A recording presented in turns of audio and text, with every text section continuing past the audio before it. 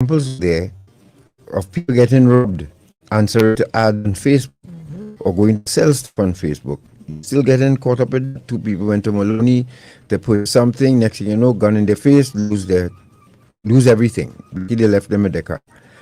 So the inspector is going to get to that. We also have a video, as you know, folks online who listen to us on radio. We try our best to.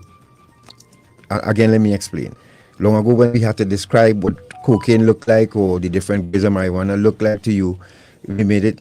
Social media made it easier for us to do so. Yeah. So this is why now we're showing this stuff on video. It's not a slap in your face, but we think it helps to enhance our presentation to you so that you will see it. So if you see a rock of cocaine here, when you see it home, you will remember where you saw it. So this is the reason why we're doing this thing. So there was either an attempted break-in or attempted malicious damage of a Prado on Jade Avenue in Diamondville.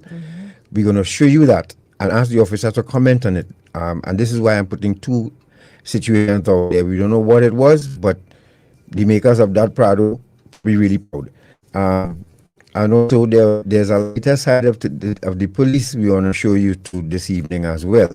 Following which, we're going to have Inspector McKenzie standing by while we speak to Divisional Fire Officer Acting Lieutenant Arjoon and First Sub Officer Jude Rogers. They're going to, this too very important as well. They have a few fire prevention videos to show you. Do you have your Christmas tree wired right? Are your business place and how safe is now where you're stocking up? And of course, fire prevention with fireworks safety, most important around this time is concerned. So, and then of course, we're going to have Inspector back and we're going to take calls from you or comments on the question you have for them going forward. All right. So, thank you very much. Curtis here with us this evening. And at the end of our presentation this evening, we will have Anglican hour is back at 8 o'clock. So remember that. Right after us will be the Anglican hour. Right, folks? We take a break. Yes, we'll take a break, and when we come back with the inspector who is on screen now, he's ready. Just hold for 1 minute, a few minutes, Inspector, while we take a break, and we'll be back. Short man, you could start the first video, the noise, and then go straight into the promo block. This is reality radio at its best. Eye on Dependency on I-95.5 FM. Bang! Bang! Bang! Bang! Bang! Full fireworks, they go on and on and on. I'm terrified. Oh no, I'm terrified, Mom. Where am I? What am I going to do? Help! I'm hiding. I'm under the bed. I'm running. I'm in the cupboard. I'm hiding. I've gone to the toilet. Help! Help! Don't let me out the house. Otherwise I'll run away and I'll get afraid and I won't find you. And I'm lost and I'm more afraid. Oh, Mom, help! These noises are too loud. Oh, they're frightening me. They're frightening me, Mom. Help me. Help me.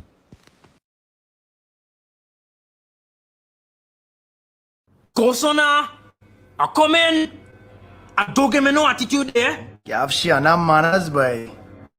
I wish I had your touch, boy. You have to groom them. First, you have to target them. Scope them out.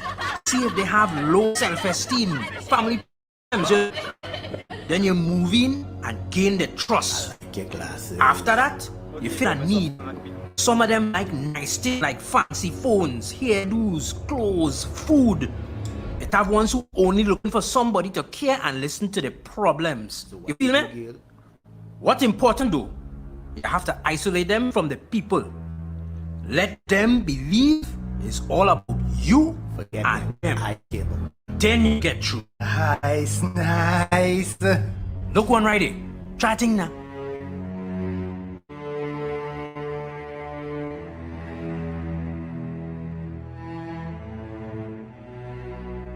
A message from the Counter-Trafficking Unit of the Ministry of National Security. Well, I live close to the savannah, and I can truly say that COVID is the one positive thing that came out of this, that we don't have the government fireworks display in the savannah. It's like a war zone. A couple of years back, one of the animals in the zoo died of a heart attack, and I cannot understand for me how you can have this fireworks display and it's raining down on the roofs. It's like it's just terrorizing, and one of the animals did die. As for my home, most of us have these tin roofs, and my animals, they pee themselves, they poop themselves, some are under the bed. I have 7 dogs and 4 cats, so some may say I have too many animals, but usually it's people, they're old. Most of my animals are old, they sleep in the day, and when thing starts, some of them, they shake in their skin, they run from room to room, some of them just sit where they are and poo themselves. And as for me, well, I do have a heart problem, and I can tell you, for days before I knew it was going to start, I would get anxious, and it's just terrifying to be in a home on your own with this all going on. It's absolutely terrifying. And I don't see why these people are allowed to bring in the fireworks. We have options, we have silent fireworks, we have displays, light displays. Why do you do this to old people, sick people, animals? Why do you do it? And particularly near a blasted zoo. Have you no compassion?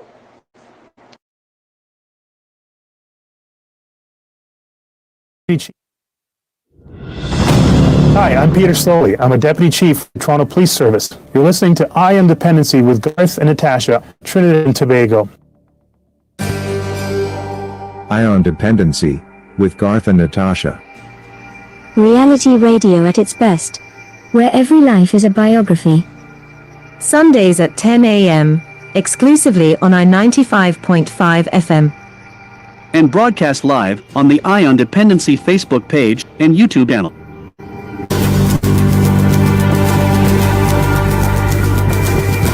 Thank you for staying with us, and we're going to get right into it now.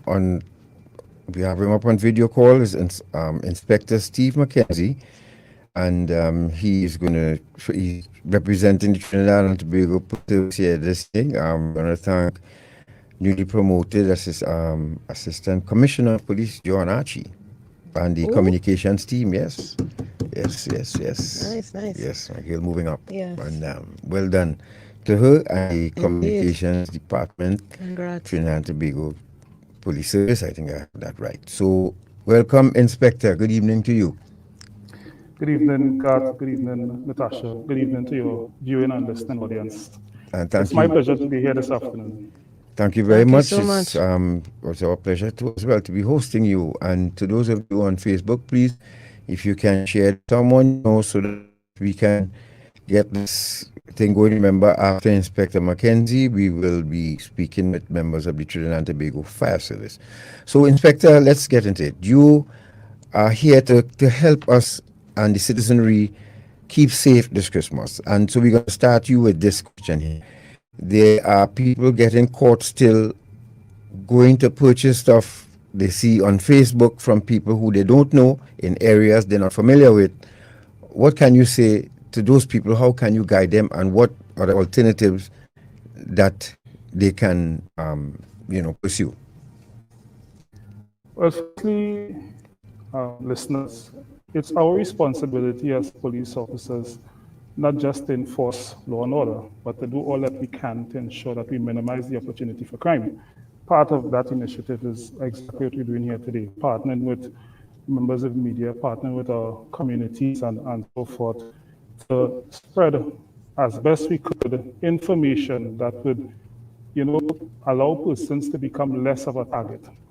In relation to the question that you would have asked, and persons who are being scammed out of their hard-earned money and Sometimes it's because they see what is considered a good deal, or sometimes they tend to go with what is the norm today in relation to making purchases online rather than the conventional in-store positions. All we ask is that persons use good judgment, use wisdom. For the most part, this is a common sense approach to fight crime as an individual. There's a saying, if it seems too good to be true, chances are it is too good to be true, right? So if, for instance, you have to make a purchase on any social media platform, we ask probably want to have someone accompany you to that area of purchase. You can negotiate with that person who is selling to have the purchase done in a very public area, probably a place that has a very high traffic. You want to ensure that as far as possible, you minimize the opportunity for going with any large amount of cash. And I think the more cash you have, the more there is a need for caution. And even a police station is not a bad place to conduct those types of business, those type of exchange of money. If you have to, and you think it's safe, you have the necessary resources, that is someone or persons who can accompany you. You may wish to make use of technology by using your phone and capture the image of the person, capture the vehicle that is approaching, make note of the time that you arrive, make note of the persons and that kind of stuff. It may also be very tactful if you agree on a particular location that at the very 90th minute you change locations. So you put the ball in your court in terms of controlling the environment and things of this sort. Yes, that's a good. Before you go on, just to stick in that for persons who are items for Christmas, because everybody's trying to make a dollar. It would be wise, I guess, to arrange that payment option beforehand, so that when you meet, you're not exchanging money, but just the particular item. And we have to do things that with cautions with the sellers on Facebook to, invest in those non-cash machines, so that if you are really interested in making that type of business something worthwhile for you, then we should do all that we could to minimize the actual exchange of physical cash. And as I said before, ways that we can do it. Right? Yep. Also, Inspector, once you tell the person, okay, well, meet me in front of X police station, you can test them that way too. Once they're legit, they wouldn't have a problem. So, of course, yeah, you want to do this transaction, okay, meet me in front of Forest police station or Western police station, and of course. yes, and see how legit they are. Chances are you might show up there and the person wouldn't show up. So, that's right. Yeah, but I wouldn't suggest to people to go into because this couple went into Maloney. This was reported in the newspaper, and they sat in their car and they were like sitting ducks there, literally. Yeah, and we recently recall where two gentlemen went to purchase or sell a car. I can't recall exactly, and they lost their lives. So there is a measure of harm in conducting business on social media platforms. Of course, we'll have a lot of persons who would be also saying that they had some success stories in terms of really getting a good deal. So it's the minority that continues to make it bad in terms of the perception of dangers associated with this type that would scare away persons who are interested in the trade. And I love your suggestion, Garth, in terms of making use of those police station environments. The police is here to serve you. And while it may not necessarily be our duty per se, directly, indirectly, it falls under our responsibility to ensure a measure of safety to you, the individual. Right. If you're just joining us, you're listening to Dependency, and thank you, Dependency on I-95.5 FM listeners. Of course, those of you who join us on Facebook and YouTube, remember you can access us on Facebook and YouTube because we're going to show an attempted breaking or malicious damage of a vehicle that happened in Jade Gardens just recently, and ask the inspector comment on that. Inspector, there's something that I read to the released by the police service weeks ago. Um, and it was someone who was, well, let me just ask this. If I am, let's say I attend a party, and I attended a party and I had too much to drink. And if I decide, okay, a police station right nearby, can I go and ask the police if I could park in the yard and take a power nap before I proceed? Is that possible, or what other suggestion would you make to someone? I mean, the best thing to do is not drink and drive, but let's say I'm overboard a little and I'm feeling vulnerable. What should I do? We ask you to make good and smart decisions. If for some reason you are impaired in some way and you know that you are under the influence, definitely you not sit behind the wheel, whether the vehicle be in motion or otherwise. If for some reason you are tired, again, we ask that you not sit behind the wheel of a vehicle or try to control that vehicle. If there are other circumstances that you see the need to get to a station for your own safety or security and ask that you spend some time there to recuperate, then we encourage those actions. The police officers, I'm certain, would be obliged in helping you and ensuring, by you staying there adds a level of security to your own self. And as police officers, as I said, I started by saying we are here to protect, here to serve. We are here to ensure your safety. And by allowing you that opportunity to recuperate, would be allowing you an opportunity to reach home safe. Yeah? Yes.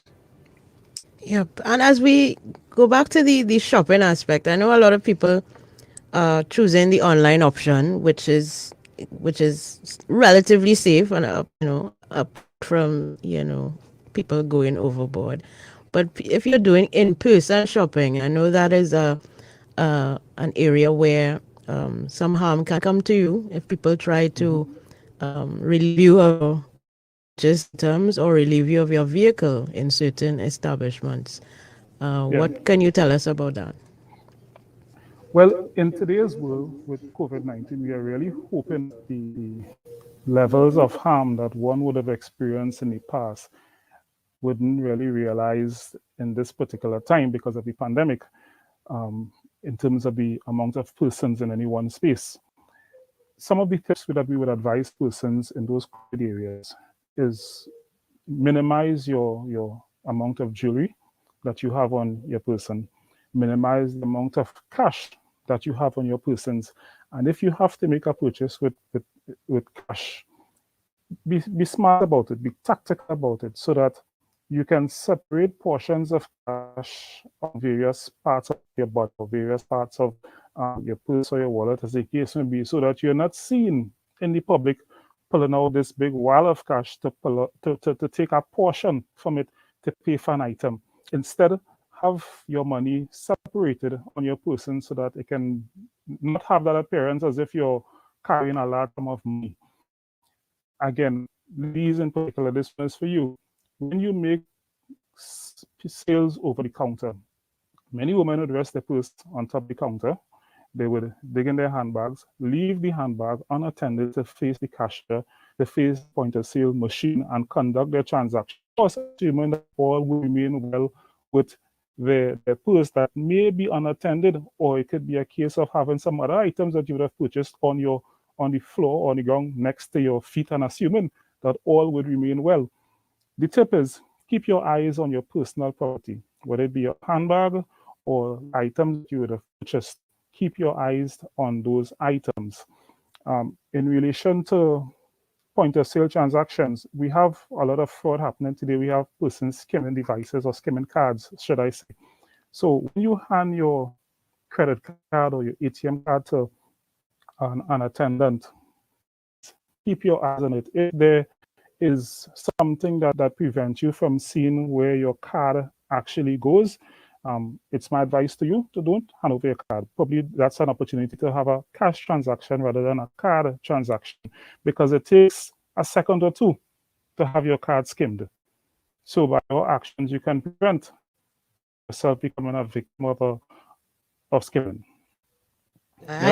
Yes, and I've noticed that in establishments they actually offer the machine to you so that you can put in your card. I think that is the accepted practice now. I hardly Yes, it is. see, people going away with your card. So I think that's a positive in terms of Yep. the whole COVID environment that we're in. If you're just You joining know, us, sorry, go ahead. Sorry, go ahead, so you, Inspector. you go ahead, sorry.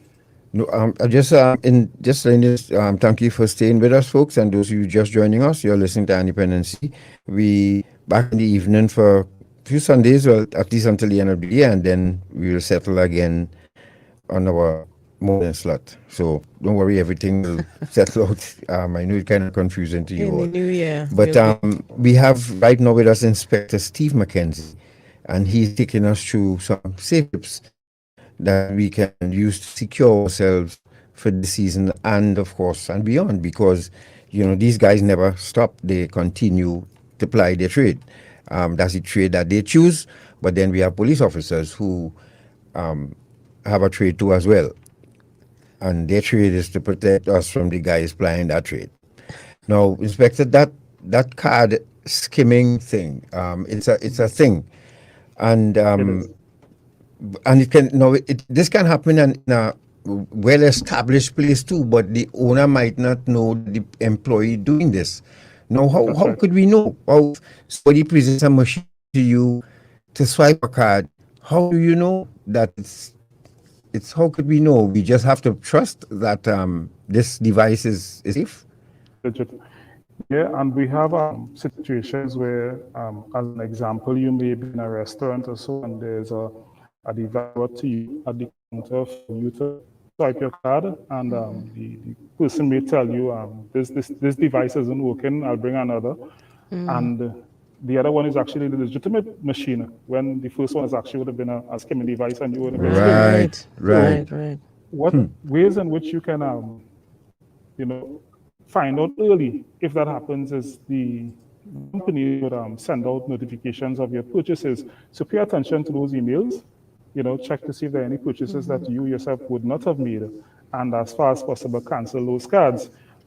There's very little in terms of detection immediately that at least I can alert you to.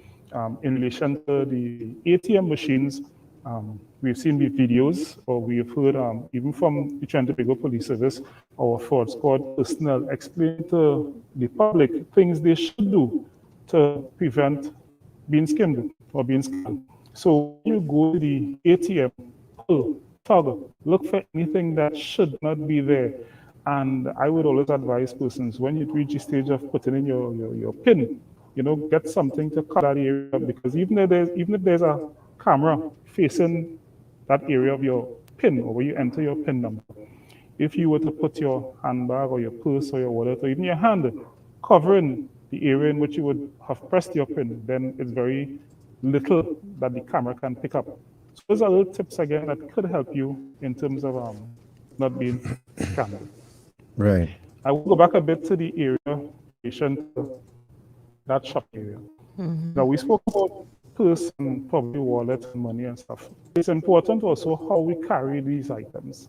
So in those busy shopping areas, and sometimes it's a jam, and sometimes you have a number of persons crunched against each other who love to carry their wallet in their back pockets. They become a victim of crime quite easily. Women who have their handbags loose or in any way that can easily cause someone to push a hand into your handbag or otherwise. Our best advice is for females to keep your purse closely below your armpit, almost against your body, clenched tightly. We have a number of persons who are victims of snatching and grabbing in the Potterston area.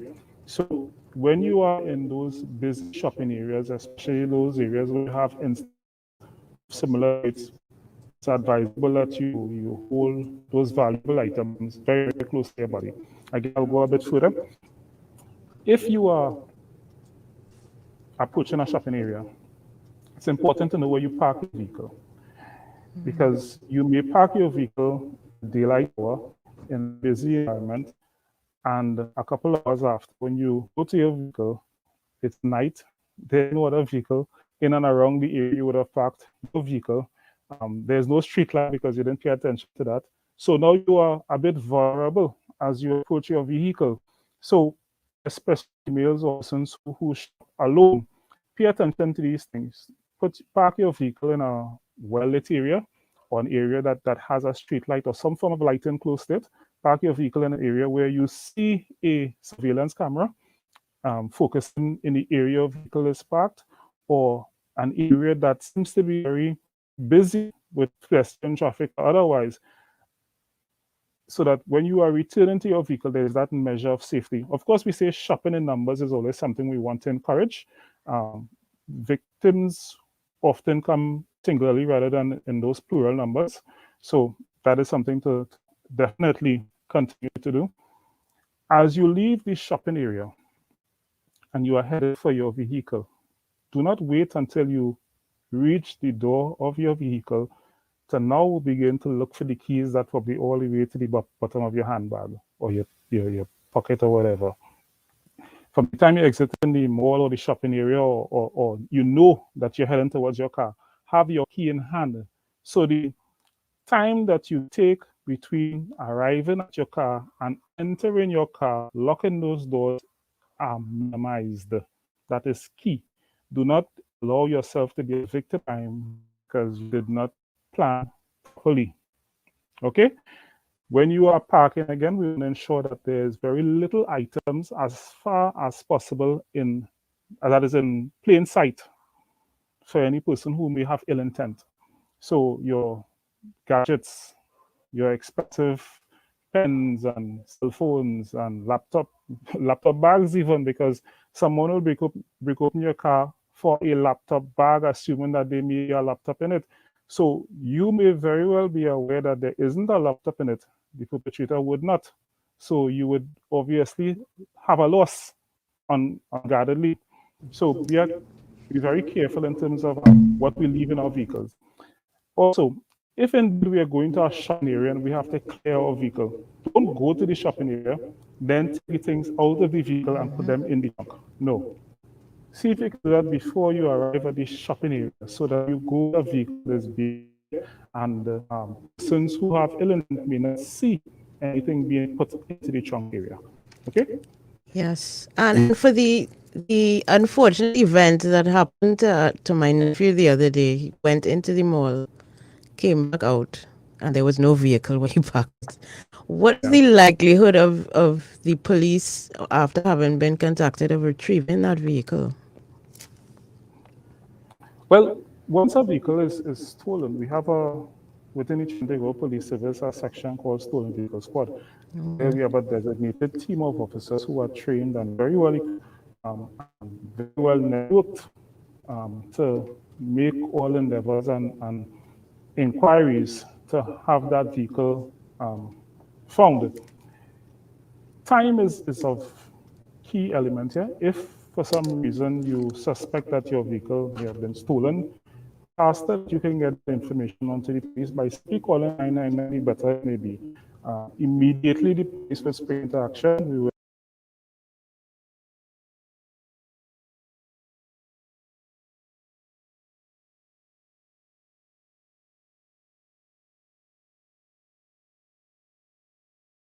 have an all points bulletin put out so that any officer who is out on the road, we would hear the transmission. And sometimes we are so lucky. An example, so you.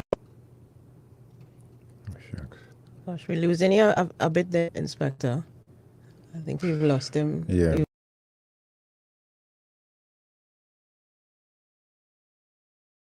We've lost him. So in the meantime, folks, thank you very much for joining us. You're listening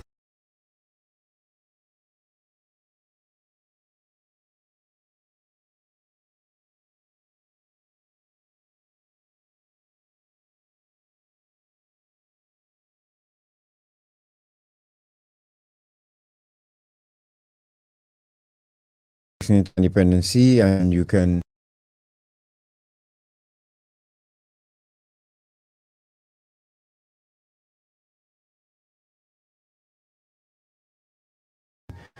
join us on Facebook and YouTube as well, because we want to show that and talk about securing your cars. Sorry about that, Inspector. We lost you a minute there. But I think you can hear us now? Correct. Whose car also was stolen. We've had instances where the police officer may be asking the victim some questions so that they can relay the information to other police officers. But in the anxiety and the whole mind of the individual, they tend to be hysterical, or they tend to be agitated by simple questions that the police officer may ask them. Pertinent questions at that. Yep. One of the key things to do is stay calm. Stay calm. When you stay calm, you're allowed to think. You're allowed to, start in your mind, what shall I say, from other people's. Those are the things that police would want to hear. It may have flashy rims or particular type of rims, particular type of tint, or something. Something that can aid us, because if you say a white teeter, for instance, we have thousands of teeters in the nations usually, right? Yeah. So any other information that you think is key, we would be grateful to help. And in that same note, if ever you are a victim of crime, someone robs you, someone snatches your purse, someone snatches your chain, someone snatches your watch, or any form of crime, someone breaks into your home, and you have to call the police. Well, firstly, before you even reach the police officer, we ask that persons firstly remember that life is more important than property. You can always replace those personal possessions. You can always buy another watch, you can always buy another purse, you can even buy another car. The car buy another life, or have another life, sadly, but true. So we ask you to do nothing that would cause your life to be in danger. If there's an opportunity to run, run. If there's an opportunity to raise an alarm, shouting or yelling or doing something that makes some audible noise, do it. If there's an opportunity to even overpower the perpetrator, do it. But if for some reason you are in doubt, then do not attempt to do it. Immediately after, go ahead, sorry. Go ahead. Immediately after. Immediately after that crime, we want you to call again the 999, or if you know the local police station, district, or you may have a friend who is a police officer that you may think it's appropriate to call that person. During the robbery, we ask you to pay particular attention to the perpetrators. You want to identify them by race, you want to identify them by color, you want to identify them by their height. Was he bald? He had a ras, he had a short hairstyle, he was brown in complexion, red in complexion, he was stockily built, he was slim. One was armed with a gun, one was armed with a knife, one was not armed.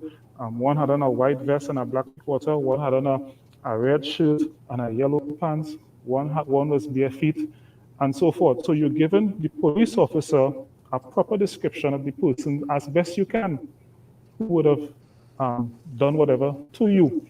And sometimes it's important to write these pieces of information down, because you may not trust memory. You could practice these things at home. Look at something, give it 5 seconds or so, and try and describe it. You'll see how much difficulty you have in terms of trying to recollect exactly what you would have observed a couple seconds before. So too, when you practice these things, in the event that you become a victim of crime, it's easy to recollect some instances or some issues. If for some reason somebody takes your car or whatever, you want to remember the direction they would have left, or the car would have driven away. So if it's a car, the color of the car, the make of the car, the registration number of the car, how much occupants of the car, the direction they came from, the direction left, the time of the crime, anything that can be useful to the investigators or the team of police officers who are coming to your aid, take note of it and remember.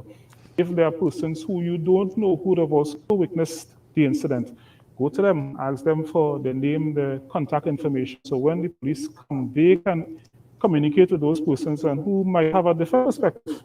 They probably have seen something that you did not, and be able to assist in solving that particular crime for you. Okay? If you're just joining us, you're listening to Dependency, and we're speaking with Inspector Steve McKenzie, who is giving us some tips to guide detector this Christmas season and beyond. There are people who also have to make large withdrawals from the bank. We've heard time and time again people making large withdrawals from the bank, especially on this time they're getting robbed on the outside. What would you suggest to people now to avoiding being robbed after making a large withdrawal. And I would also add, Inspector, how do the thieves know who to target when these things occur? Because you hear about these robberies taking place, but how do they know when you're going to withdraw the money? Well, sometimes we have persons who are will before court for being part of the whole plot to rob persons, and it starts at times within the bank from the teller or some employee or from someone in the line themselves. Yeah. So it's even a message to the banks that sometimes we need to use a bit of tact and caution in terms of how we give our customers those large sums of cash. And it's less of a problem today than it was probably some years ago. And even when you receive that large amount of cash, you want to, one, park your vehicle as close to the bank as you can, even if it means having to make rounds and rounds looking for a park. Even better, don't go to the bank alone. Depending on the scale or the amount of cash, you can seek the assistance of a police officer or police officers who would be there to ensure your safety. And we would definitely recommend that. As I said before, if for some reason you choose to go it alone, when I say alone, I mean without a police officer, try and have someone with you. And at the very worst, you choose to make this large withdrawal on your very own, park close to establishment, get into the vehicle, I told you before, have keys in hand, get into your vehicle, lock your doors, and be very aware of your surroundings as you exit the bank to your vehicle. I don't know it's the responsibility of the security of the bank to walk with you to your vehicle. I've never seen it. Who knows? It may be a possibility, but if there is a possibility, probably you can ask. In such instances, you want to be very mindful of what happens when you leave that bank. So pay attention to vehicles behind you. Sometimes it's very, very good to be local plans bummy or very overcautious. So pay attention to the vehicle behind you. Do not go to your immediate destination straight away. It's wise to make unplanned turns. It's wise to make some about turns in the road that can throw off someone who may be following you. For instance, if you are driving, let's say, west along any particular road, and for some reason you become suspicious of a vehicle that is 2 car lengths behind you. You turn left onto a street, you see the vehicle to left. You turn right onto another street, you see the vehicle turn right onto the street. And probably you may be on your legitimate pathway. Then rather than turn your planned next left turn or next right turn, do the opposite. Or as I suggested before, make an about in the road and see what happens.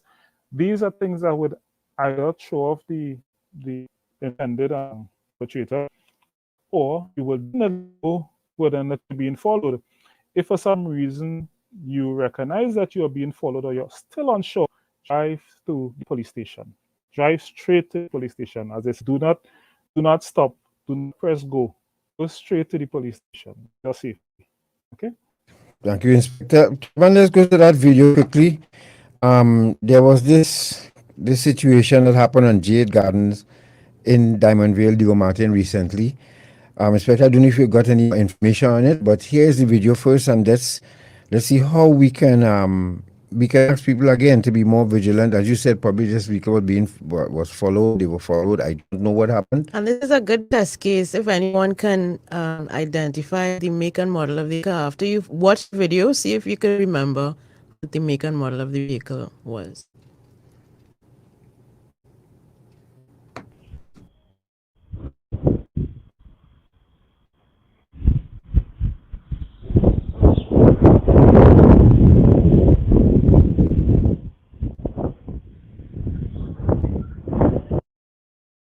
First, and then this looked like a hammer that the person. It's like an X-Trail, actually, the black car. I know you X-Trail. You said Prado earlier. Yes, it looked like an X-Trail for yes. So the reverse, and he was hitting this the glass, but as I said, that glass really strong. So we don't know if it was an attempt at malicious damage or a breaking attempt, but this glass, and I guess they felt that they were causing too much, maybe drawing too much attention to themselves, so they sped off. I think you could show it again. Inspector, you could tell us how we because you inside, how you preventing this from happening. Maybe proper CCTV in the area and beefing up CCTV surveillance could help. Yes, in instances like these, there's very little that you can do to stop it. What you can do is take as much precaution as you can to prevent it. As we said, you want to minimize the opportunity for becoming a victim. Case in point, it's very, very important to have your neighbors are your extra ears and eyes. Right. Sometimes when you are at work, your neighbors are home. Those are the persons who can throw an eye for you.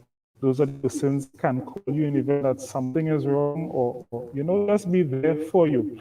If you look at the video, you'll recognize that the vehicle that seems to be next trail is on one side of the roadway, and if you check the angle of the bridge, is on the opposite side of the road. It tells you that the silence came from a neighbor's camera. Right. Yeah. Right?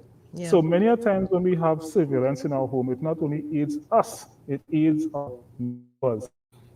Surveillance will help us, police, thereafter, as we are seeing here after the fact now, we have something to work with. So it's very important to have a very good package in terms of surveillance equipment, and as well, not just the equipment, but how the equipment is positioned, because it makes no sense to have it in such a way that you can't see a face, or you're seeing just the top of the person's head, or the quality is so poor that you're seeing a face, but it's pixelated so much that you can't actually make out who is the person. So in instances like that, probably it may be better if you get some expert advice in terms of what type of equipment you should invest in to better secure your home. In relation to that home security, and I'll come to the video in a short while, right? Yeah. In relation to that home security, the same thing we spoke about a short while ago. These people look like they're looking for praise. They're looking for an opportunity probably to steal something. So who knows, probably a short while before they would have been passing, they probably would have seen something, if not at that location, probably a location before. As we said, bank or in the shopping mall, probably would have seen in the video place something in the back of the vehicle, so they know Right. on the left side of the vehicle they have something of value, or probably somebody would have walked and peeped into the vehicle and saw something. We don't know, we're speculating right now, because they seem very deliberate in terms of what they wanted to do, that is to gain entry to that back left door. Luckily, the glass did not shatter it up. It doesn't appear as if it would have shattered. In terms of offenses, we're looking at probably something like malicious damage, because there may have been some damage to the vehicle. In this case, if they would have stole something from the vehicle, then we're looking at an offense of larceny, as the case may be. Right. As we go further into that home security, what you should do, and I'm going a little deeper now in terms of beyond the actual incident with the car. Sometimes we need to take a walk around our premises. I don't know if you ever had the experience of being locked outside your home. Yes. You start a walk and wonder how I could get inside this house. Yeah. And you think, if I pry this door, this is the weakest door, probably could get in here. Or if this window upstairs seems to be the weak point. The same way you are, just walking around your home and gauging your home for weak points, so too a criminal. He would look for your weakest point. So sometimes it's good to walk along the premises of your home, look for those weak points. And once you identify those weak points at home, find ways to strengthen them so they do not become weak points. We've seen instances where people leave windows probably on the second level of a home or third level of a home open, because there's that sense of safety. Because, how could a thief get up to the second or third floor until the thief arrives on the second or third floor? They find ways to do some very, very strange things. Things you have in your yard, for instance, bicycles, a grill pit, your son's Tools. football or basketball, correct? Your power tools. You may be doing some work, and just everything is a ladder just there. You don't want to leave anything in your property that would cause a thief to be attracted to it. All right. So put away those valuable things within your house. Sorry, in your home. Sometimes the use of curtains or the use of those I can't find the Blinds. word right now. Those things that would disturb the view of someone from the outside in. You want to ensure that persons who are passing by do not have an opportunity to see exactly what type of things you have at home that they can, try and gain access to. For instance, you may have a 65-inch or 75-inch television on your wall, and glare is such that You somebody could see from it from the road outside. can see the size of the television. Yeah, So yeah. automatically they know that, hey, this house have this size television. So rather than choose or on the street, we know we want to come to this house because of at least that particular asset that we're looking at. Or when you buy it, you leave the box outside long for everybody. Yes, yes. And we are approaching the Christmas season. So come Boxing Day, this is sometimes the day what we see every single thing that the whole household would have received, because we tend to leave those boxes outside, and depending on the time they come to remove the refuse, it's there for a couple of days. So again, persons of ill intent can probably drive by and cope with house would choose to make suffer the consequence of their action. Now, again, sometimes we have obstacles in our home, like shrubbery, trees, and other things that can cause some difficulties for us and can aid persons ill intent. So you want to ensure that your shrubs are low, well maintained. You want to ensure that your house has sufficient lighting, well lit right around. It's also good to have those lights, those sensored lighting. Sorry. You also want to ensure that probably sometimes you leave a radio or television on a timer, so that even if you are away from home, someone who just looking at your home, they would be uncertain as to whether or not you're home. Sometimes we take those vacations, whether within the country or outside the country. You don't want to, for someone who is looking at your home, to know the difference between the days that you spend at home to the days that you choose to vacation. So it may be wise to invest in, as I said before, those televisions on a timer or radio on a timer, as the case may be. Okay, Inspector, we would like to put you on a little hold for now until we ready to take off on the probably, because we want to run to the fire service quickly. But before we do that, sorry. No, before we do that, I had one question for the inspector. Re the fireworks issue. I'm sure you're aware of the kind of distress that humans and animals face when people set off fireworks in their neighborhoods. So what would you advise that persons do if they are experiencing, one of their animals is in distress? What do they do apart from, calling their vet or trying to soothe the animal? What can they call the police for matters like this? Well, they can, because based on the circumstances, the person who sets off or lights the firework could be in breach of the law. And it's something that probably we need to be aware of a bit more. Take, for instance, the law tells us under some references that persons who, I'll use the word loosely, use fireworks within a town, like Port of Spain, San Fernando, you are prohibited from such. You cannot use fireworks within a town. And not just the town, at least within a 2-mile radius of a town. If indeed you have to use it, you have to get permission from the minister or a superintendent. So there's a procedure for that. You go to the divisional headquarters, you apply to use fireworks, and they would give you conditions under which you can use the fireworks, the day, the time, under what conditions, and of course, based on what happens thereafter, those conditions can be removed or they can be adjusted by the police. And where persons live outside of towns, they can only use fireworks beyond 60 meters from the center of the roadway. So it's conditional in terms of the use of those fireworks. And we understand that they bring a lot of comfort to the elderly, the young children, or those animals, and so forth.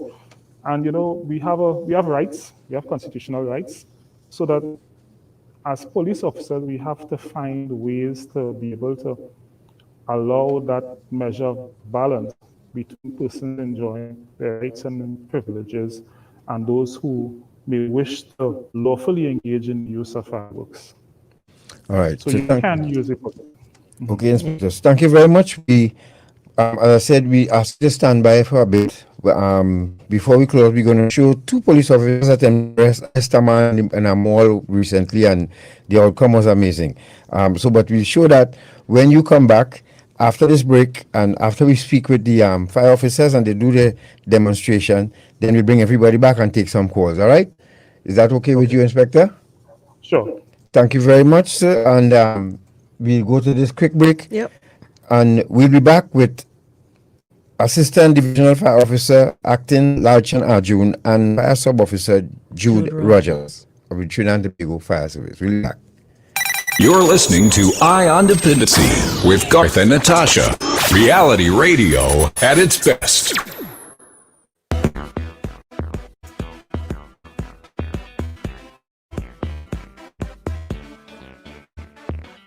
Ah, boy.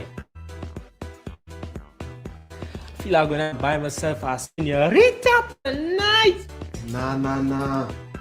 You know you promote slavery. Slavery? Mm-hmm. Talking about modern day slavery or human trafficking is just what some of these people just do. You know some of these women were tricked to come here. Some are held against their will, abused, and even beaten.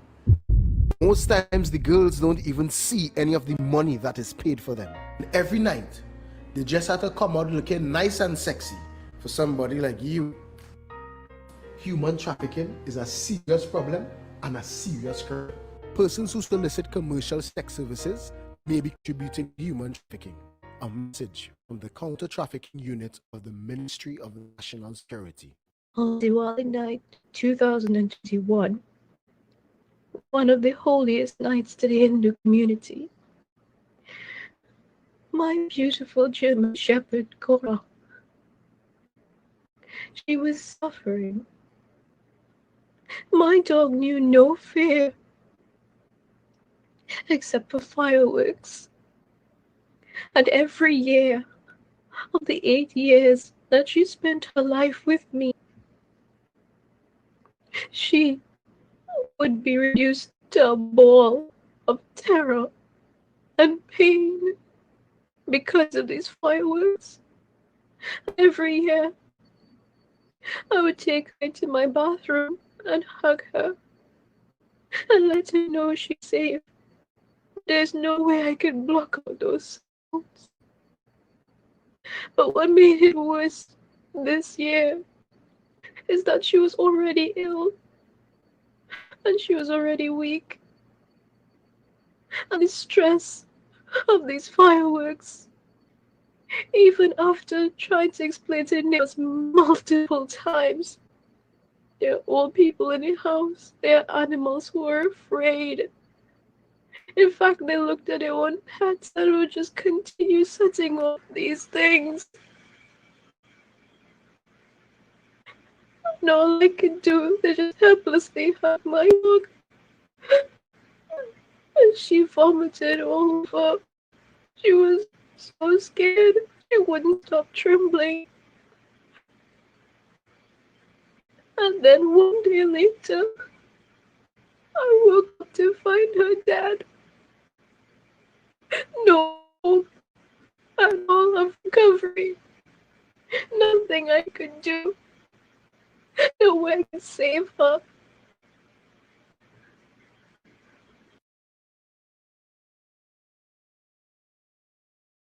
I am Stephen Clark. I am a justice in the Ontario Court of Justice in Toronto, Canada, and you are listening to Eye on Dependency with Garth and Natasha on I-95.5 FM, Trinidad and Tobago. Eye on Dependency with Garth and Natasha.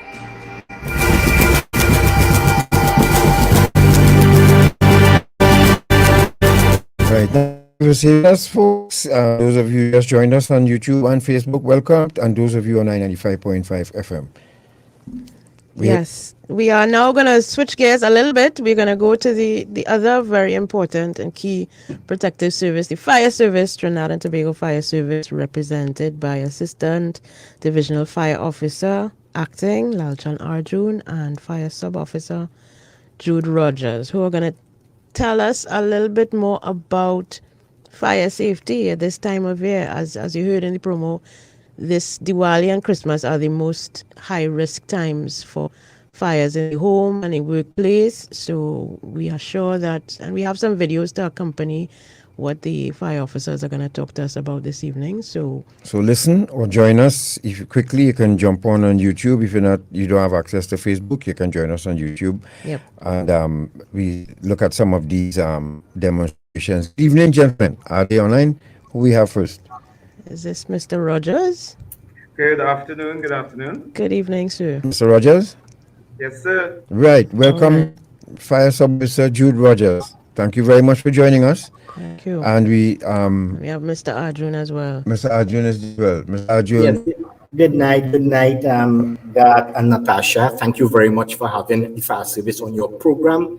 And we are excited to share some safety information with you this afternoon and your general public. Thank you. You're welcome, sir. You're welcome. So let's go straight into the first video that you submitted, fire prevention, residential safety. So, Hinkson, hit play. Let's go. As we are in the holiday season, here are some fire safety tips to safeguard your loved ones and home. Always use proper holders or receptacles to secure your candles. Maintain 2 ways in and out of your home. Flammables, household chemicals, and cleaning agents should be stored separately. When cooking, stoves are not to be left unattended for a prolonged period. All gas cylinders must be properly connected and hose clips secured tightly to avoid gas leaks. Family members must be aware of your evacuation procedures, and the muster point must be identified. Under no circumstances should you re-enter your home in the event of a fire. Remember, fire safety begins with you.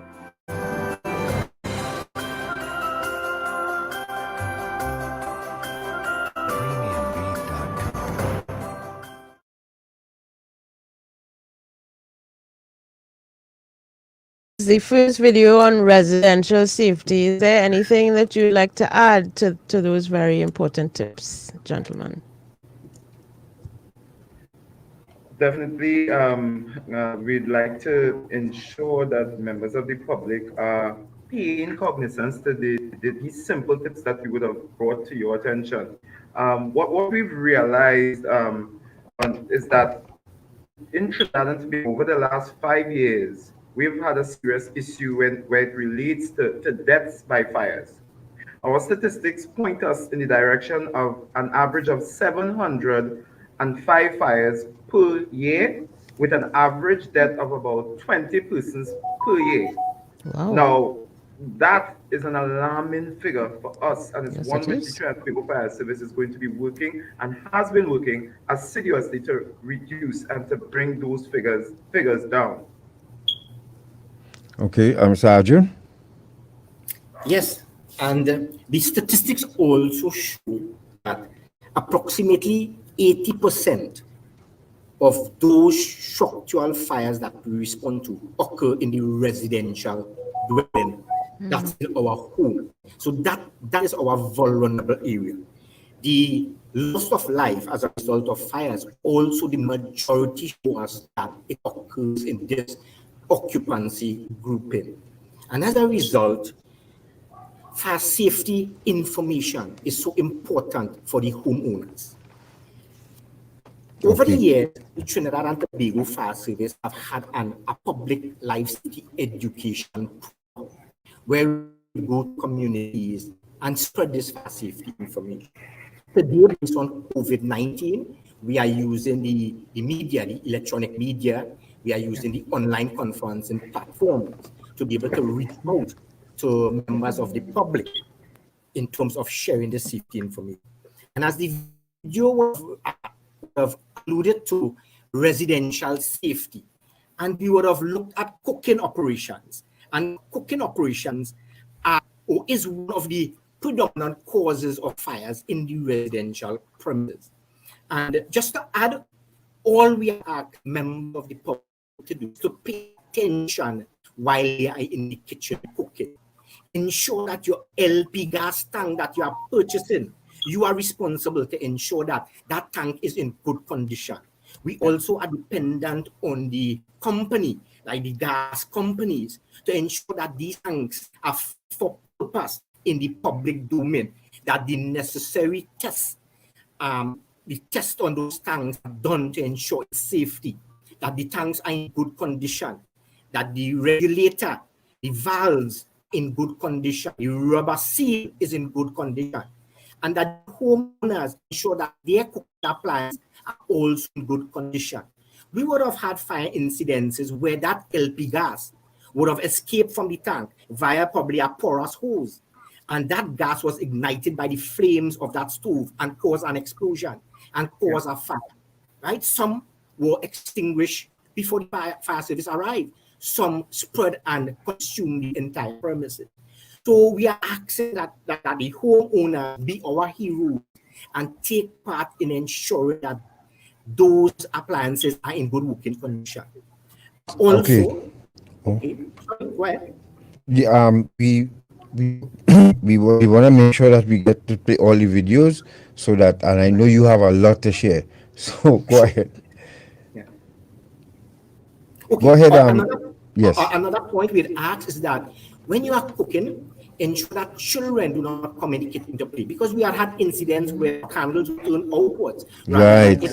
And little children would reach for those pot handles, and unfortunately they were injured, they were severely injured, they were burned, right? Right. But we also asking that homeowners, the type of clothing that they use when they're cooking, loose fitted clothing, we say no, because by reaching over a burner, you could get ignition of your clothing material, which can cause injury to you. Right?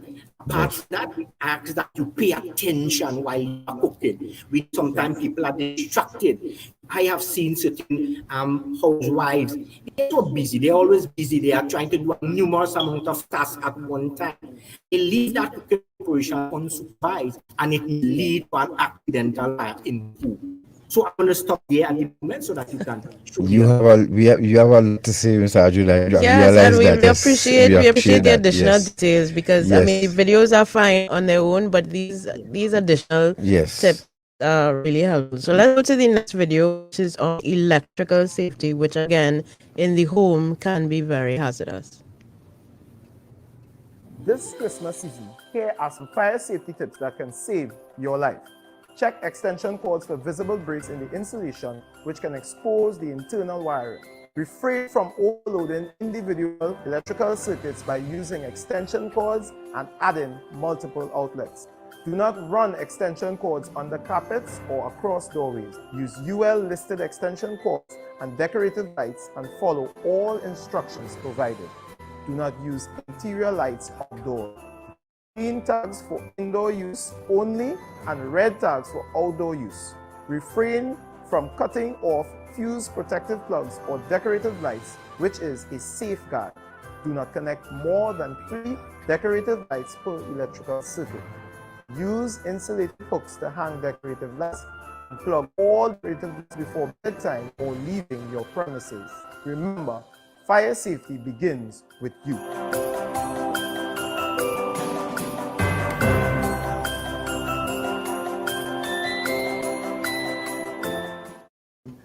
We recognize as well, one of the main causes of fires emanates from that electrical source. And so the fire service had to put forward some sort of answer or some sort of admonition to members of the public to address this.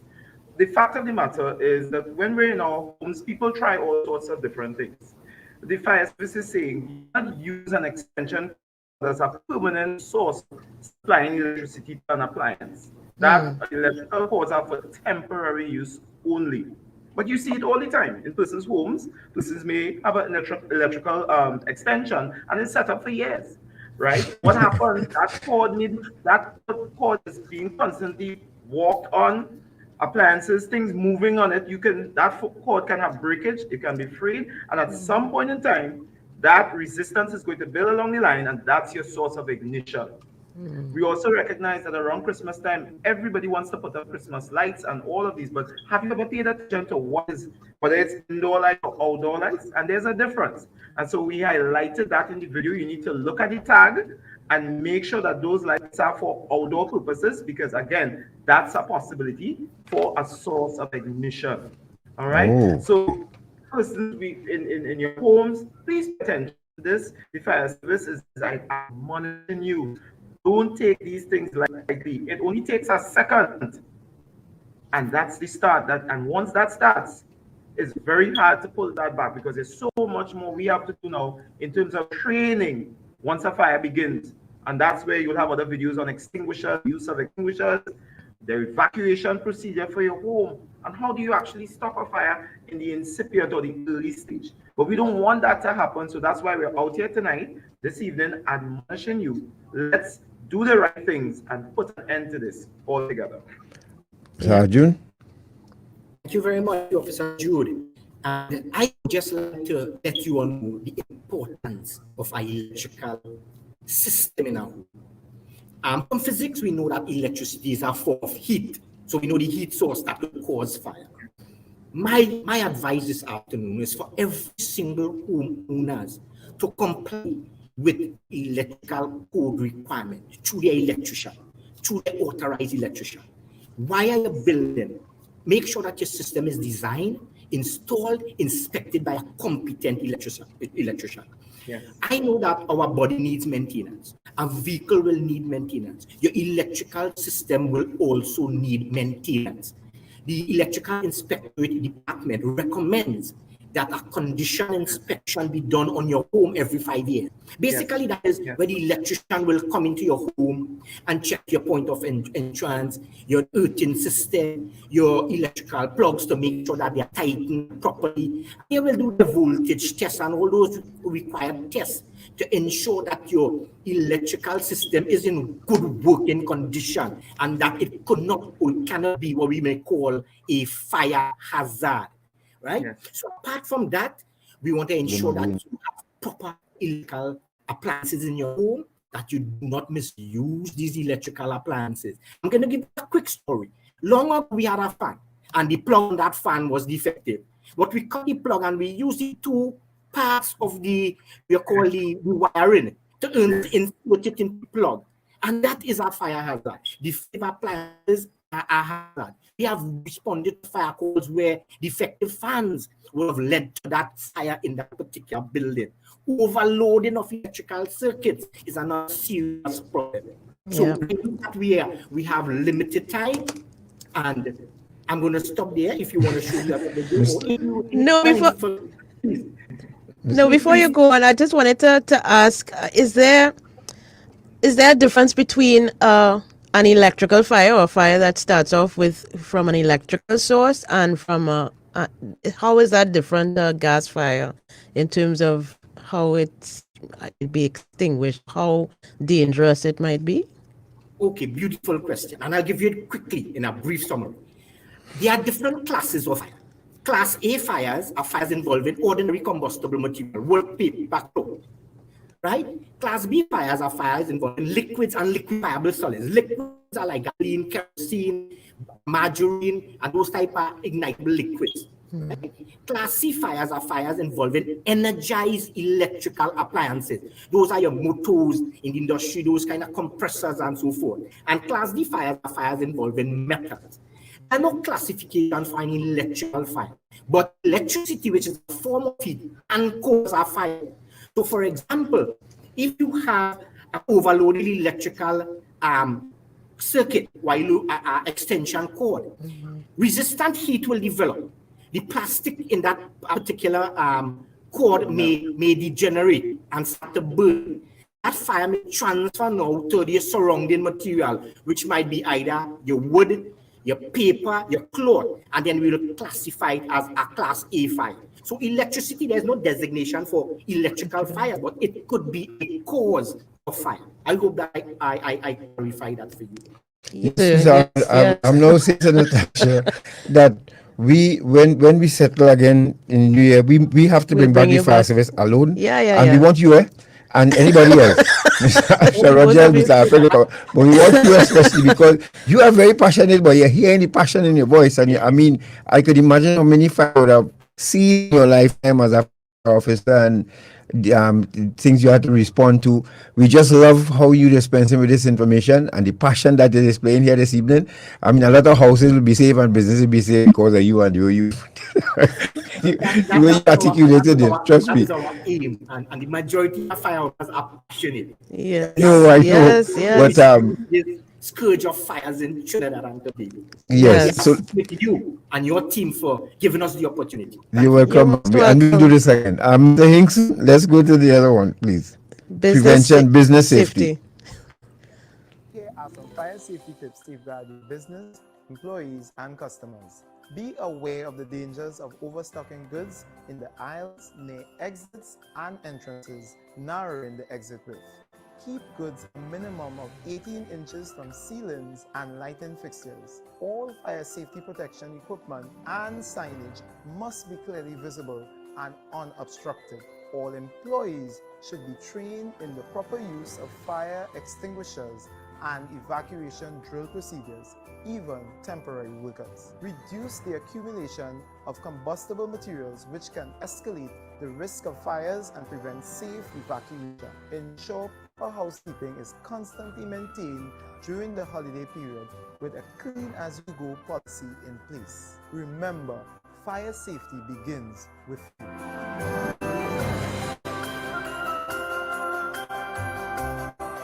Anything to add to this? What we have observed over the years is that, of course, around the Christmas period, there's a greater intake of stock, there's a greater amount of activity amongst the business community, and rightfully so. Businesses are there to make profit, and so they are going to go after that Christmas sale. However, we are asking business owners and even the customers who venture into these businesses to look out for certain key elements before you put yourself in a situation where you could be in danger. Obviously, persons may stock and they would overstock. Those stock end up in your aisle. Those stock may end up in the stock room going all the way up the ceiling, scenarios where you can have the potential for a fire to occur. Not only that, it makes it very difficult for persons to evacuate in the event of a fire when you have blockage. And you can imagine sometimes you go into business spaces and you're walking, you're trying to make your way from one aisle to the next, and they're goods aisles, and your pathway is narrowed down. You have to be moving in and between all of these goods. And we're saying good housekeeping practice is so important. At the end of your business day, you should attempt to remove all of the waste that you would have produced, the boxes, the cardboard, and not just discarded close to the building, but away from the building, because that in itself is a combustible material which has the potential to escalate a fire in the event that one were to occur. All right, so we are asking business owners to do the right thing and make sure you do not block fire appliances or fire equipment, such as your extinguisher, such as your fire alarm system, while taking in extra stock. Make sure that your employees are aware it only takes one catastrophic fire to end your business, and all that you worked so hard for goes up in flames. And we've been seeing that taking place within the last couple of months. Just recently, I can call about different fires in all regions of Trinidad and Tobago, one in the north, south, and central, where businesses have been affected by such. Once we pay attention to these admonitions from the fire service, and we pay close attention to what we are doing, overstocking, going too high to the ceiling, we can avoid such a crisis. The fire service is mandated to approve all of these establishments and ensure, I guess, with regular inspections that they are up to code, yeah? Mr. Arjoon? Yes. Under the POSH Act, under the Fire Service Act, we are mandated to inspect public premises, right? Commercial premises, mercantile premises, to ensure that they have what we call adequate fire life safety measures. And Mr. Jude Rogers was comprehensive in terms of our housekeeping aspect of fire safety. And we have a phrase that says that good housekeeping practice is basic to fire safety. Right? And we understand the fundamentals or the importance of clear and obstructed aisles and corridors. So that if all else fail, we must be able to have an evacuation strategy and save lives, lives of employees, lives of members of the public, lives of residents, should a fire occur. Because what we would have learned is that fire prevention could never be 100% achieved, irrespective of our best effort. Are always going to have we wish we could reduce that to zero, but we continue to try that also. So yes, good housekeeping. But I just want to quickly touch on, we have started the fire season, which is from the 1st of December to June 30th next year. And in the fire season, we normally would have an increase in bushfires. Our data, our intelligence in the fire service have also shown us that a number of homes were affected by a result of bushfire spreading to the homes. So let me give you a quick example of a housekeeping hazard. If you look at the outdoor housekeeping in a home and you see overgrown bushes, you see cardboard boxes, you see pallet close to the home, and just surrounding that is large overgrown bushes. Therefore, if a bushfire starts there, it will spread to that home. So we are advising people this year, the regional corporation assist us, the Ministry of Agriculture assist us, we are appreciative of CPEP, we are appreciative of neighbors recognizing that hazard. And remove that hazard. Cut around your home at least 40, 50 feet now. Remove those combustible, unwanted combustible material so that we could prevent accidental fires through bushfires. Good. All right. Let's go to the other video. Next one, evacuation procedures. Evacuation procedures. Fires are unpredictable and can escalate rapidly. Making the wrong decision can cost you all your possessions and even your life. In the event of a fire, you can either fight or flight. Small fires should be extinguished using an extinguisher, trained personnel only. However, if a fire reaches the ceiling, do not attempt to fight the fire. You should evacuate immediately using the following steps. Raise an alarm. Call the fire service at 990. Evacuate. Move briskly. Do not run, as this can create panic. Never go in search of possessions. Assemble at the muster point. Conduct a roll call to ensure everyone is accounted for. Give the results of the roll call and other relevant information to the fire service personnel on arrival.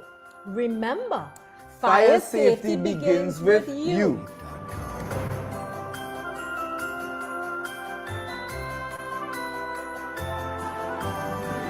Acting Lauchan Arjoon and Fire Sub Officer Jude Rogers. As one of our texters said here, this episode is packed with valuable information. Each guest has been able to hold our attention and provide enough material for a whole show. Thank you very much, Paul, for that comment.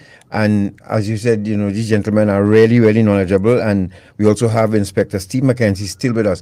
Gentlemen, let's do this quickly. Anything to add to that? Quickly. I would like to add, should every home have a fire extinguisher, first of all? Yes. The answer to that is definitely yes. Right. And the reason why I'm jumping on that, because even though we talked about evacuation procedures, yes, that is your last stop measure when you cannot overcome the fire. But the first thing should be your ability to respond and effectively effectively extinguish the fire. Now, you can only do that if you have the right equipment in your home. Now, let's compare the price of an extinguisher in comparison to the average cost of a home. It's a fraction of the cost. Let's put a figure out there of $500 extinguisher, dry chemical extinguisher, dry chemical powder, in relation to a home which averages about $500,000. And then you will ask the question, why is there not an extinguisher in every home, and a functional extinguisher at that?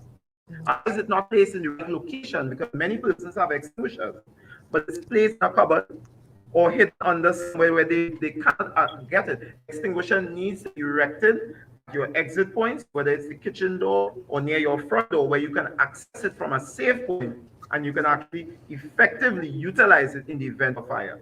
So that's an excellent question. Right, and also, Mr. Arjoon. Yes, and I will just continue on the importance of your smoke detector.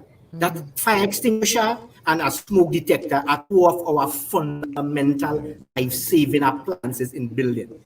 And I wish that we have legislation in Trinidad and Tobago to state that it should be incorporated or installed in all homes. But we ask residents to voluntarily put up these things at the moment. So a smoke detector gives an early warning of a fire condition. One of the early products of combustion will be a smoke. And once that smoke goes into the detector chamber, it will give off a loud beeping sound. So take, for example, if a fire is occurring sometime midnight and you are asleep, that detector has the ability to awake you. And as Mr. Rogers said, put you in a frame of mind to either take your extinguisher and extinguish a fire if it's a small fire, or alert the other occupants of your building to implement or put into practice now your evacuation plan, what you would have practiced. So the research would have shown that smoke detectors cut the loss of life by over 80%. And that is excellent statistics. So we want to implore homeowners for this Christmas, buy a smoke detector or an extinguisher and give it as a gift. Thank you very much. Smoke Amen. detector. Of course, yes. I was just making a little joke with Garth about that. For some of us in the kitchen now, we like to burn things, and so this smoke detector will be going off. Okay, well, we will smoke detector in your kitchen. Thanks for asking that question. Yeah. They are what we call heat detectors that we could put in the Right. kitchen area. But the smoke detectors will be placed in in your bedroom areas, in your living room areas, and so forth. So like back area, you may have water heater that will give off some type of a vapor. You could use a heat detector or in the kitchen area also. Yes. Right. And finally, we understand the importance of the evacuation plan. And we ask all homeowners to sit with their children, to sit with their family. Do a little scan of your home, know where your back door is, know where your front door is, know where your escape windows are, so that if you have to exit that building in the night, that you will be able to do it safely and be able to save lives. Thank you very much. Right. So we're going to the final video now, and this is one that I would like to spend a little time on. It's about fireworks safety, but as we have been throughout the show, we've been sharing some little vignettes from persons whose animals have been affected by fireworks. But let's just have a look at the video, and then we'll discuss after. During the holiday period, here are some safety tips when using fireworks. Always purchase fireworks from an approved, reliable source. Follow label instructions and use common sense. Always have close adult supervision. Never give fireworks to small children. Never point or throw fires at another person. Ignited fireworks must never be held in hand. Use outdoor only in a clear area away from buildings, vehicles, shrubbery, and have water handy. Never carry fireworks in your pocket, nor shoot them in metal or glass containers. With only one firework at a time. Wear eye protection and never have any portion of your body over the firework. Don't experiment with homemade firework and never attempt to relight a firework. Remember, fire safety begins with you.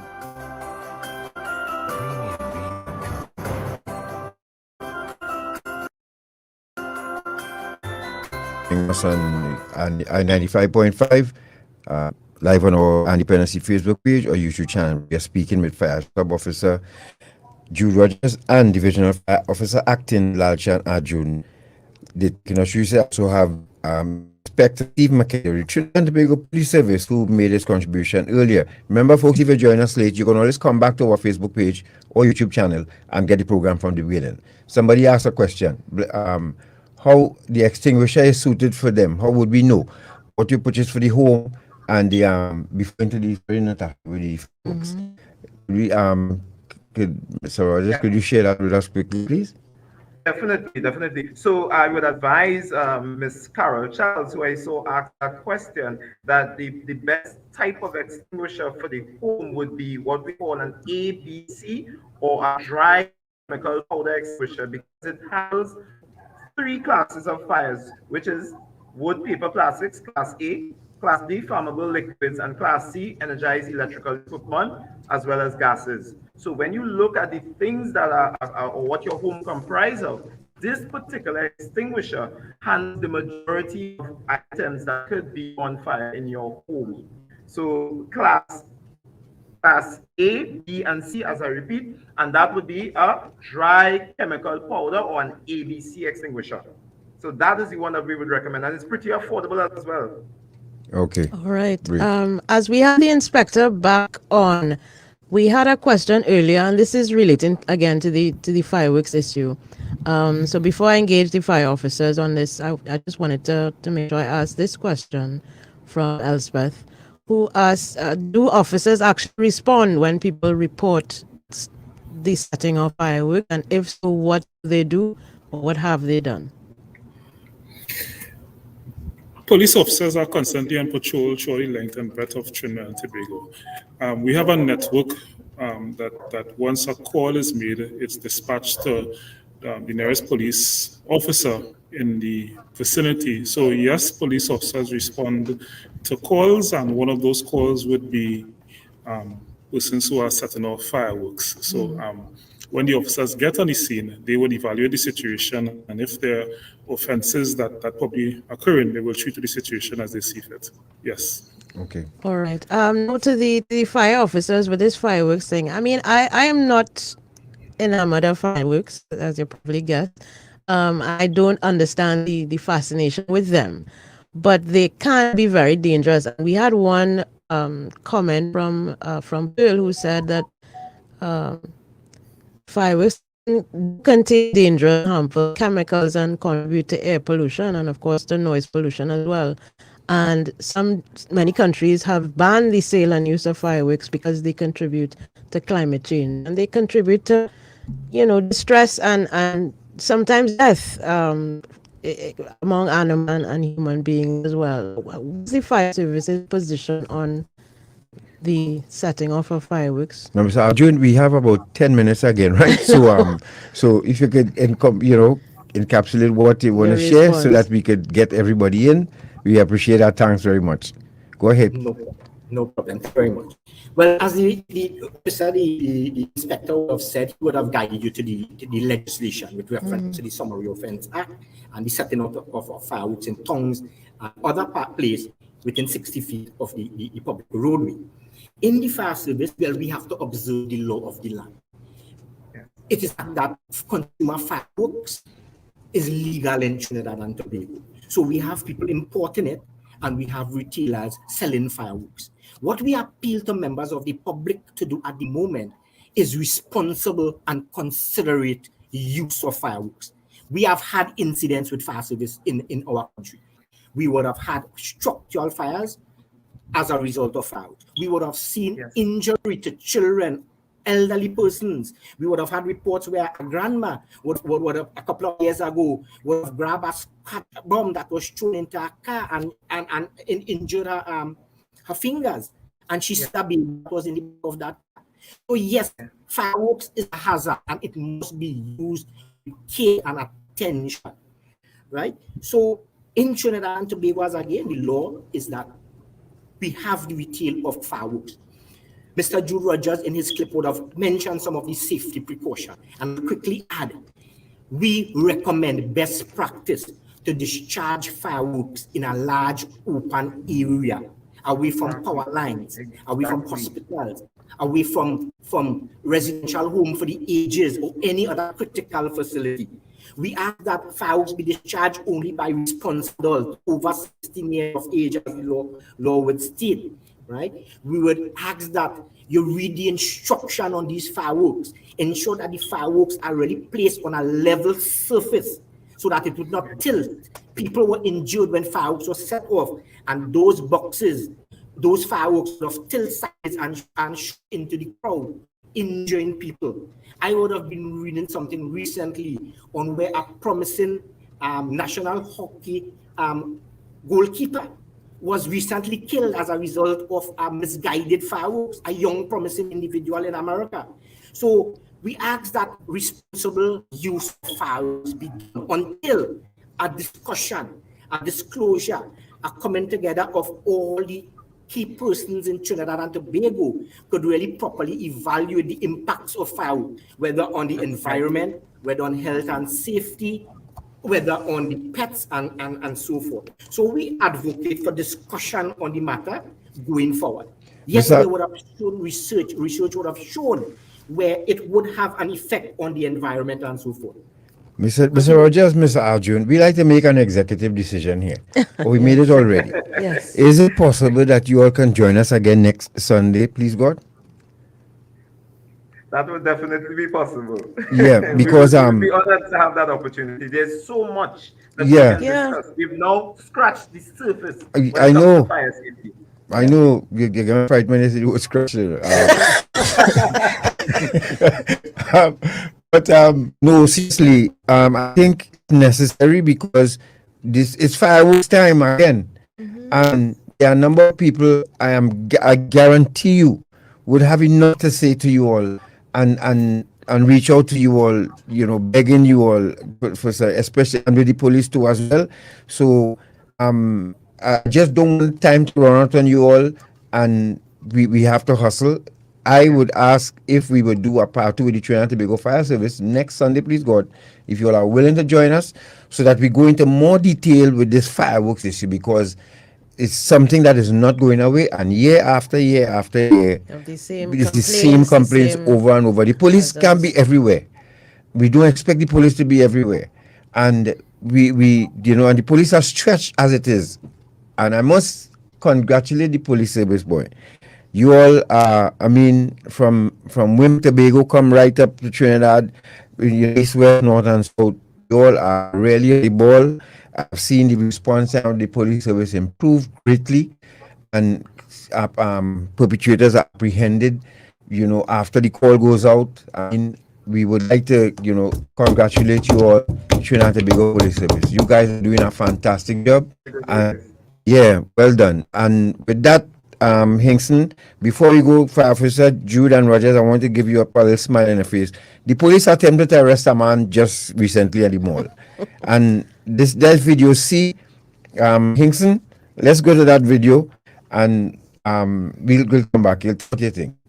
Let's go take it.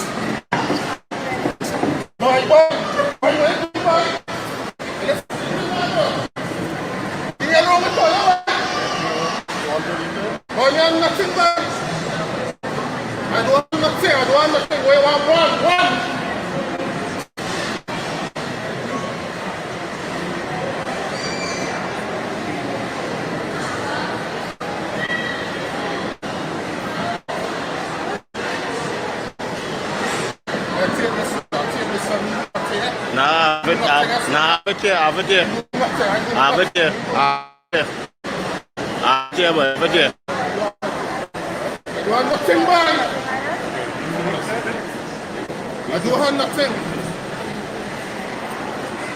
Who's what? Like my own boy, you put it in my pocket, boy. What's wrong with you, boy? You put it in my pocket, boy. Yes, you see my boy. Have it here. That's not my own, boy. That's Shion.